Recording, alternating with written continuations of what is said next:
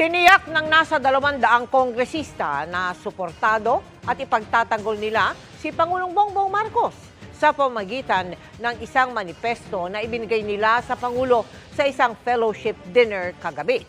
Hindi naman daw nila napag-usapan ang impeachment complaint laban kay Vice President Sara Duterte. Nakatutok si Tina Panganiban Perez. Tinatayang 200 kongresista ang dumalo sa fellowship dinner kasama ni Pangulong Bongbong Marcos sa Malacanang kagabi. Ang ilang kongresista sama-samang bumiyahe mula sa Kamara papuntang Malacanang sakay na mga bus. Sabi ng ilang dumalo sa dinner, dito prinisinta sa Pangulo ang isang manifesto of support. Nakasaad dito ang pagsuporta at pagtatanggol sa Pangulo. Ano man daw banta laban sa Pangulo ay banta sa Republika. Kaya titiyakin daw nila ang kaligtasan ng Pangulo at katatagan ng kanyang administrasyon.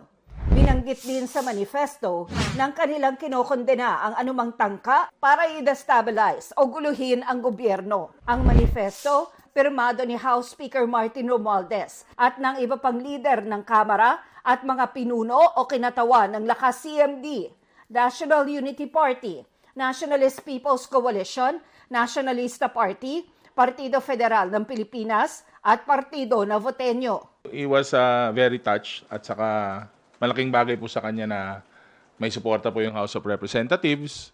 Matatandaan kahapon lang sa pagtatanong ng ilang mababatas, sinabi ng hepe ng AFP Intelligence Command na walang dapat ikabahalang destabilisasyon sa hanay ng militar.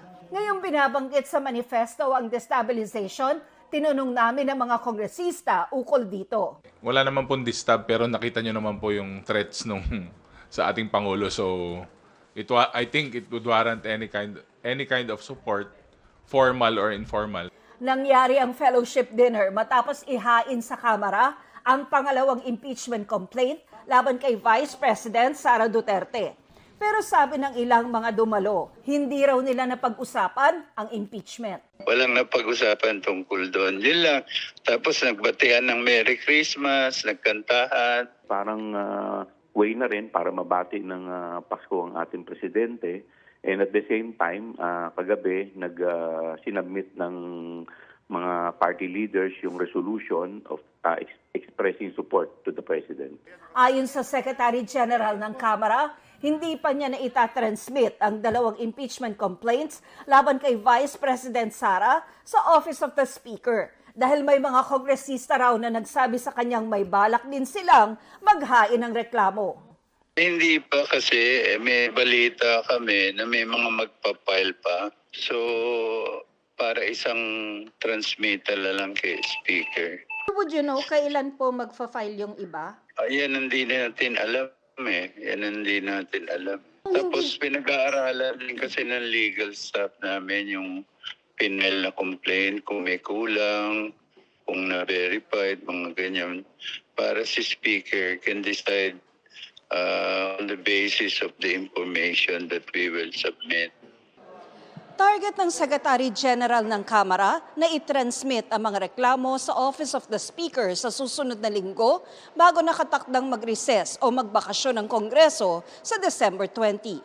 Kapag 1/3 ng kabuang bilang ng mga kongresista ang pumirma sa impeachment complaint, hindi na ito diringgin sa Kamara. Ipapasa na ito sa Senado na siyang uupong impeachment court. Sabi ni Senate President Chis Escudero, posible magsagawa ng impeachment hearings kahit naka-break ang Kongreso. Magiging neutral daw ang impeachment court. I will make sure that the presentation of evidence will be allowed and given free, will flow freely. Kaya lang yung desisyon, hindi naman nangangahulugan na evidence o hindi evidence-based yon. Political na desisyon ito. Pero yung proseso, bilang presiding officer, ay magagarantiyahan ko yun at mataas ang kumpiyansa ko doon. Na gagawin namin lahat ng pamamaraan para tiyakin na anumang ebidensya. Para sa GMA Integrated News, Tina Panganiban Perez, nakatutok, 24 oras.